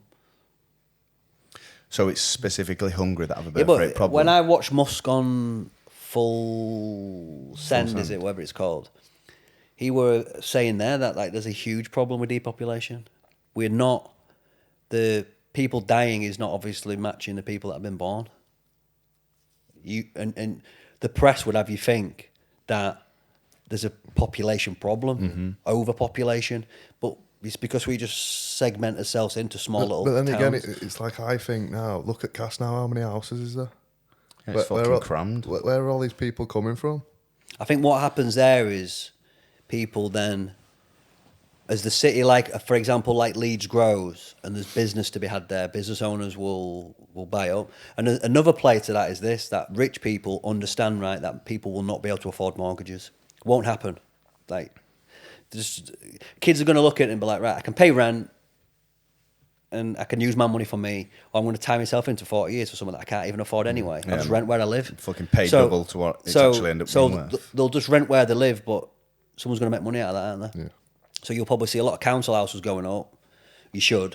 And then you'll see a lot of people who just buying them to rent them out, I would say. And then your business people who live in Leeds won't want to pay the what's it called, the price that you're going to pay in a city centre. So they'll go out live here and just commute. What is it, 10, 15 minutes? Yeah. It's a no-brainer.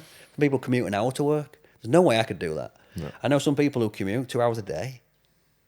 It's 4 hours of your day gone just driving in car. Fuck that. There's no way I could do that. Could you? This is what puts me off with. I get offered a lot to, to go see clients and take on other businesses elsewhere, but I'm that like, no. I just want to believe in the personal branding stuff, believe what we can build with the podcast, and just I know it'll take care of itself if we're just consistent and give it attention and energy it deserves. I just know it'll work. Mm-hmm. Like as we get better people and the show gets better, and we're willing to like get out of its comfort zone and sometimes almost have to go and travel to people. Like I said that with Alex Cannon there, like we should go travel, but it is what it is, isn't it? We'll find his way. We did the maths of it. We've been doing it 8 months. Baby time. 550k views. That's what we got. Do you know what I mean? It's like that. How many pods now? It's 100 and odd videos, isn't it? Yeah, but I think this is probably maybe his 58th, 59th actual pod. So do you feel like in the grand scheme of things that's fairly new still, isn't it? Of course, We're still finding his 100%. voice. Still, like I think this has been more comfortable now to speak versus just like sometimes it's a bit boom. When we have someone sat there, it does. I was vlogging earlier and I even said it. When somebody's sat there, and I don't know if you're going to speak up, I don't know if Keegan's going to speak up, I don't know if this guy's going to ask a question. There's pressure there to just spurt out shit that's the top of my head because I'm panicking. I don't actually take my time and think of a question or think of something to say to whatever they've just said. And also there's panic that if I take too long thinking of something, you might ask something and then I might lose my train of thought or I might just totally wash that question out whatsoever. So, but when we're here comfortable and you're taking your time and you might ask me a question, I get time.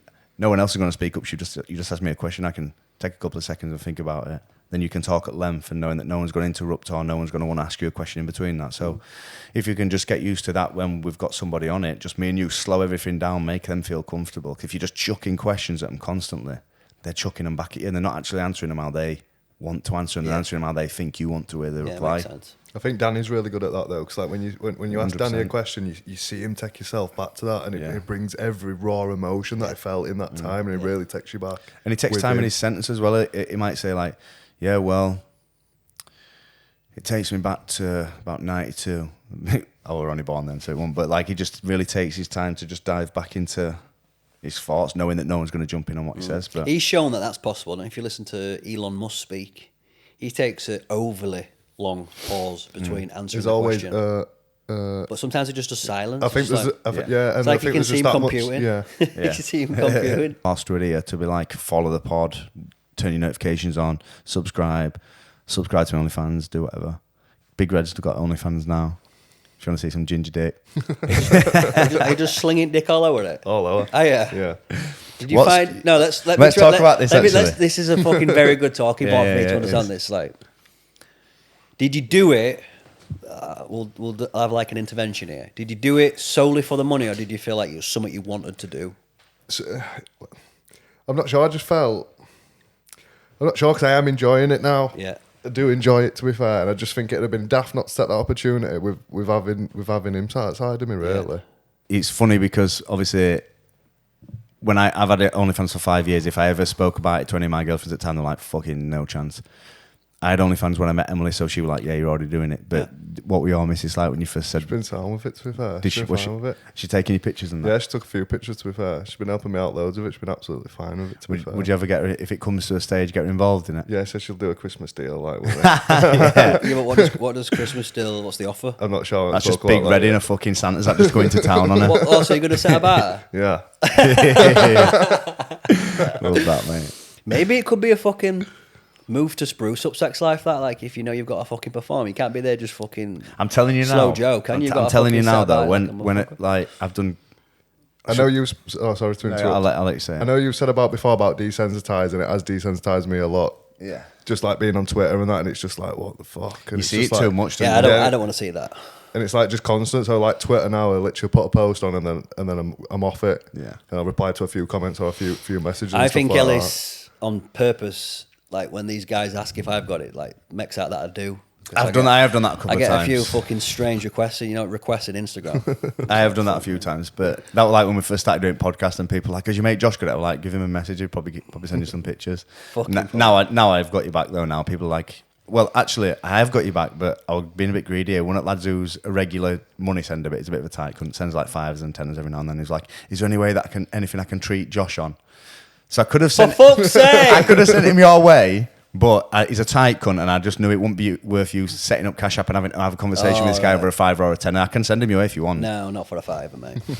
Needs to be a few more zeros there, don't there? Yeah, 100%. If it had been that, I'd have sent him your way and probably took 50%. So we can like piggyback off what Ellis is doing with agency. How easy was the setup? Like in terms of just getting it off the ground? To be fair, with his help, it's helped me loads, really. I don't think I'd have ever gone into it not having somebody there. Is that more just for the X and the Y's, or more just for the confidence as well? Yeah, it's just for your guidance and stuff like that. I'd have been a bit lost. Like like when I looked at hers yesterday, it was just, she seemed a bit lost, and that's why I approached her. The thing is with people who get the idea, if you'd have had that idea to yourself and you're going to missus, I'm going to start OnlyFans, I ain't got a clue what I'm doing, I've got to teach myself. As soon as you open that OnlyFans page up, right, and it's like Instagram, if you click settings and it's fucking edit profile, do all this, do all that, and there's so many things in there.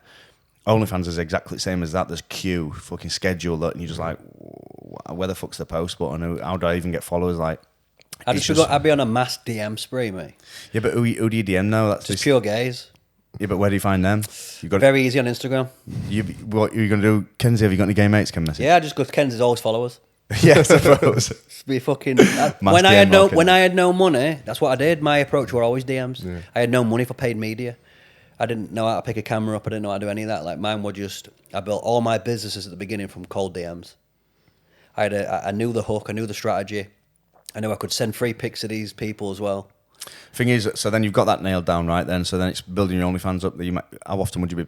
This is what you want to know. How often do I post? How often do I put a discount code on? How often do I do stuff like that? I won't know, but like I'm surmising content is just more is better. Is that not true?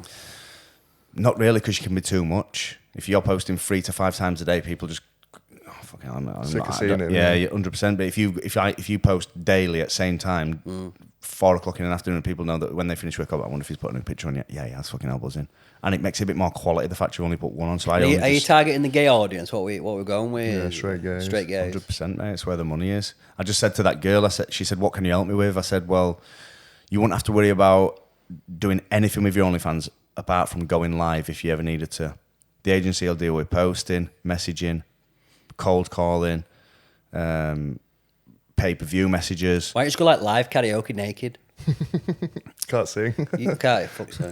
Just do a voiceover. I'd just be like trying to think of unique ways, mate, just to make them laugh a little bit. I don't know. Bro, they don't want to laugh. They want to be fucking rock hard. All right, yeah, it's a fucking strange carry on, isn't it? I forget about this. Who introduced you to Bath, mate? So, Kane Pallister's dad started the company when I were about 17 or 18. I'd just joined Navy. And he said, when you turn 18, come and be a model for us, like take some pictures and that, and I'll give you some money. And Why did they know you had a big Corey then? Yeah. So words got out, so it's false advertising straight away, isn't it? Yeah, but it can always get bigger, can't it? Yeah, that's true. And then Kirby were like, you're not doing that. And I was like, all right, no worries. And I split up with her. And then literally 2 weeks later, Carl rung me and he was like, have you split up with Bird? Yeah, do you want to do this then? Yeah, good, let's go. So I just went and just fucking did a series of filming. It was weird when I first started filming though, because obviously I'm living at my mum and dad's house. This guy called Mikey, who was a bit of a... He's not 100% straight, I don't think, but he is. But there's something there that's telling you there's not. Turns up with a camera, tripod, bath mate, script. Right, let's do it. So I'm sat at the table and first bit like, hi everyone, my name's Ellis. In fact I didn't even say a name. Hi, I'm Elbow Reviews. I'm going to do this. I've just bought this thing, and I'd just be on and off the script, going upstairs. He'd come in shower, film me in shower. Oh, do it with cold water first, so it's smaller than like. That just revealed my secrets there, but and then we got like a decent friendship, and then I made a bit of money on that first time I did it. But then I went through a weird stage where then I wanted to be fucking famous. I wanted to go on TV and be famous and shit. And then I got signed to a manager, and they're like, "Oh, you can't be doing any of them now," even though it brought me more money than anything else did. So then I fell out of love with it. Realised TV were fucking full of doylams. Fucked that off. Then I wanted back money again, so I started filming again. And then now I've just slowly grappled my life into fucking OnlyFans and podcasting. We'll get there, mate. Just got to be patient with the mission. And just make sure we're working on it and keep moving that marker. What I need to do, it's not just be patient with the mission, it's go back to the goal and the mission and checking on it regularly, because you know, I said about February time when we had the goal. Yeah. Because I've put there 50k subs. There's no way, I'd just tell us, there's no way we're doing enough work for 50k subs. No. Not a way. think- When we we've got to first remember as well- started, though, how many were we doing? We're doing 2 a week, weren't we? I think you got to remember as well. I bet just setting the podcast up were a goal at one point. Do you know what I mean? Mm-hmm. Just, bro, I remember when the thought popped into my head. You'd already done a couple, but we weren't really like 100% speaking then, were we? I'd only really see you up at there. Or I'd message you on Facebook and say, do you want to meet up and have a chat? I was sat watching the Nelt Boys and Impulsive, and I was like, fucking love to do a podcast, but there's no way I'd be able to speak on camera, like, not a fucking chance. And then when we had to sit down, I was like, actually, maybe we could do it. Then when I came to your house and me and Holmesy did one, I'm like, well, it's a bit nerve-wracking. I didn't really have much to talk about, but I can probably get used to it, and then now we can just sit and talk at length. But like you just said, it's bettering yourself, bettering your conversation, finding good guests, doing edits, reaching out, networking, vlogs and all that. You've just got to fucking I find think we out could how to get into definitely, one. I know I keep repeating myself, we could definitely do some damage with these video series.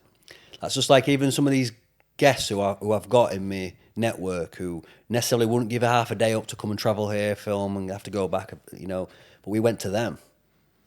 Easily done. It's not that though. It's a good day out as well. I really enjoyed it. And just be smart. Just be smarter with mics next time. We know we'll all be able to just get better with camera and just fucking go from there. That we'll just put playing at that, won't it? There's people that we could go out and just do a day in their life and it'd be funny. You could fuck it, mate. I could guarantee you I could message Wayne Lineker right now and we could go and do a day in the life at fucking Wayne Lineker owning Ocean Beach now and fucking his lifestyle and do what he does.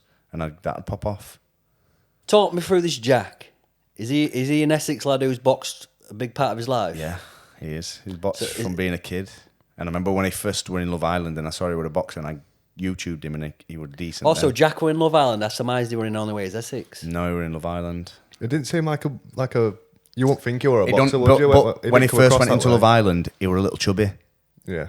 And then, or he were in shape and then got chubby. Either way. You're a bit chubby on Love Island. What it? And then, so you wouldn't think he were a boxer. Now he's got back in shape, and you look back and he were a good amateur boxer, and he's been fucking training flat out. He fought Anthony Taylor in an exhibition.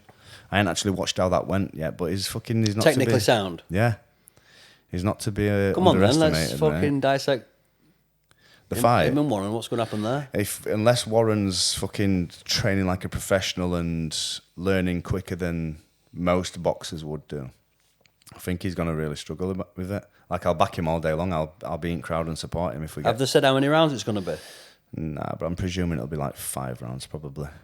And But Warren must be backing himself though, because he's putting stuff on his story and calling him a fucking wet wipe and saying I'm going to turn this sausage into a hot dog and I'm going to wipe What's your floor view on with that? him. Smack talk?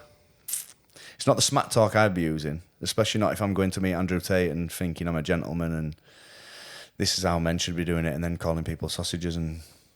Sausage is funny, like, isn't it? It is a fucking funny word to use, like It's funny top sausage. tier. It's funny sausage. Yeah, but I'm excited to see how that fight would result, man. Obviously, I want Warren to win and do the best he can in boxing. I just feel like if he's going to be calling people sausages, he's got to be able to back it up as well. So you've got to be involved with crypto and hoard Bitcoin to be able to get into this fight. fucking hell, apparently, bro, it's like They take Dogecoin. What the fuck, mate? So, it's mad, innit? well, you got to be a fucking crypto. I bet Tate's made a lot of money out of that, me.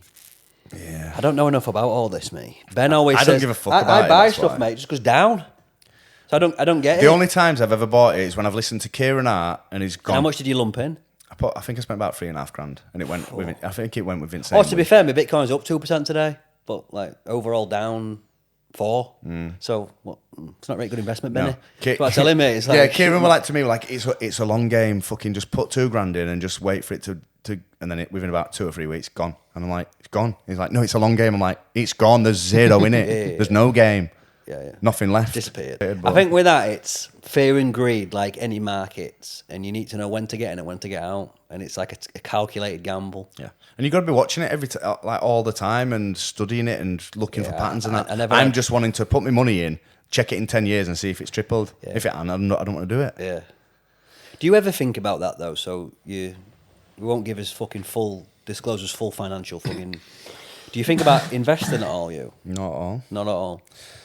Not at all. Like, don't get me wrong, I'm not going to be one of them. I am at the moment who just fucking leaves it sat in the bank.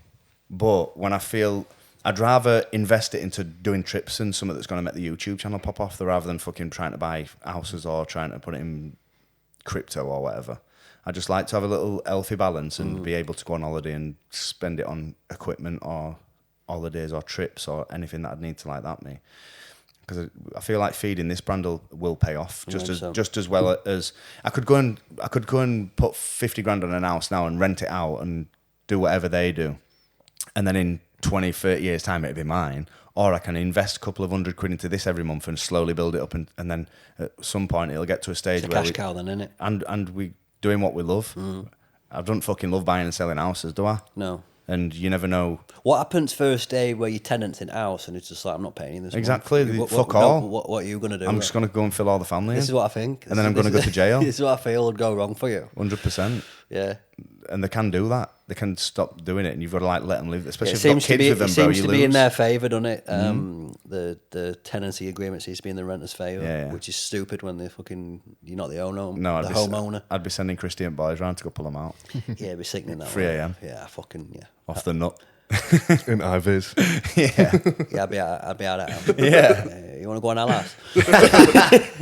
I'm going to leave our lasses upstairs if you want to just plough her and then just kick her out. Just fuck that. Last thing I do want to bring up, we'll be able to edit this all together, won't we? Yeah. The Russell Brand thing. Do you boys know much about this? I Have you? ain't kept up with it. It seems to be like the mainstream media have gone after him full tilt. Well, anything I've seen of Russell Brand in the last 5 or 6 years is either him talking on stage in front of big crowds or on podcasts or just doing his own videos, and all he's doing is out in the government and the systems of work that have been put in place to just fuck everyone over apart from themselves. And he's an intelligent, well-spoken, articulate guy.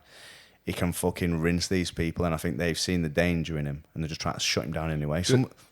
Someone brought it up to me the other day. I think it might be one of Emily's family members saying like something about, oh, you're supporting a rapist, something like that. I said, are you fucking for real? There's been no police charge or any complaints whatsoever. We've had a joke about this. He was a drug and a sex addict, so obviously he's going to be fucking laying pipe. He's famous and a good-looking bloke. For one person to come forward and say they've been raped 12 years ago and it's not actually been police reported, like what? Why can't people just see that they have this pattern of just trying to chuck people under the bus who try and throw dirt their way? It's fucking ridiculous. Just What about Lorraine Kelly coming out saying years ago, like in an interview, that he made her feel uneasy? That's it. What? He made you feel uneasy. So you want to be able to basically bash him for a feeling you felt. You can't be getting criminalised matters for feelings. This is where the world's going. You know, and I keep going back to this fucking 1984 books. This fucking, I'm popping into it. Like, they have a concept on there of thought police. So the idea that you can be done for just ideas and thoughts, which is not a fucking million miles away at the minute. Because what they're trying to say there is what? Like, even with this gendering thing, right? What if you misgender someone? Don't make it any different to how I feel versus them. Why is it in their favour, not mine? Do you know what I'm saying? It's like no one's against. I don't think anyone's against of that subject of transgender stuff. I know we keep bringing this up of that it's wrong for them to feel how they want. They can do whatever they want, but don't then tell another person how they should think and feel. Is it Kate Hopkins? She explained it well. Yeah, it's true. It's true like that. You can't. It's not like we're around bashing trans all. There's not like brigades in towns bashing trans people. I don't even know any trans people. What was that thing called? Tranny bashing? Did that used to be a thing? Well, gay bashing when I was... Yeah, gay bashing. That used to be a thing, innit? That, no offence, and I'm not fucking for it whatsoever, but that didn't even used to get that frowned upon. People used to film themselves beating gays up and call it gay bashing or fucking whatever. Probably does happen still. Race bashing and all that sort of stuff. It probably still happens, but people see it and laugh at it at school. Yeah. Now you fucking call, all right, mate, and yeah, man, cool, and they're like, I'm not a man. Like, yeah, it's going too you far. are. Yeah. Imagine what do you think would happen if, like, one of the, let's say, Winston Churchill came back and he got a chance to, like, rule a country or be like a big world leader. What do you think? And he looks at what's going on right now, all these fucking genders, no free speech, fucking, and he just looked and what do you think he'd say? I don't think I'd be able to fathom it. He won't be able to comprehend it. No. He'd just be like, And I think it's just got away from us because traditional values will always stand tall. So, like, I still do call a few people sir and stuff, mate. I like that. I text you it back sometimes. Yeah, I like that. And I like when I go around to people I respect, like Russell Meakin. I call him, like, his wife, Mrs. Meakin. Like, there's that air of, I respect you. and that's what that means, Mr. and Mrs. And that's it, you know. So to try and pull that out of society, and to pull and to give the majority of the voice to the small group of people, which it is. You know, you go around and look in any town, city, that predominantly it's run by men. So, but then it's like we always come back to this on the podcast. It's almost like it is that back to that 1984, but divide and conquer. Keep them squabbling about these matters where they completely then have no time to think about what's actually going on in the world. That's where you'll just, because I tried to research this week, but it's hard to get an unbiased opinion on this online safety bill, because I say to you, I think I've said it to you this week, that you've got to be careful when you look at anything, right? A lot of my friends are conspiracy theorists. It is what it is, right? They will lean into, when something happens, they'll lean into the conspiracy side of it, the right-wing side of it almost. There's a left side to that as well then, where I'll go down the centre path. So on the online safety bill, you'd like to think, right, let's look at it here. What would you like to happen on the online safety bill? Like, they should be able to get rid of child images and paedophilia and stuff like that. Scammers. They should be able to get rid of scammers, should be able to get rid of people who are like predators. So there should be positives that can come from the ability to somewhat regulate it.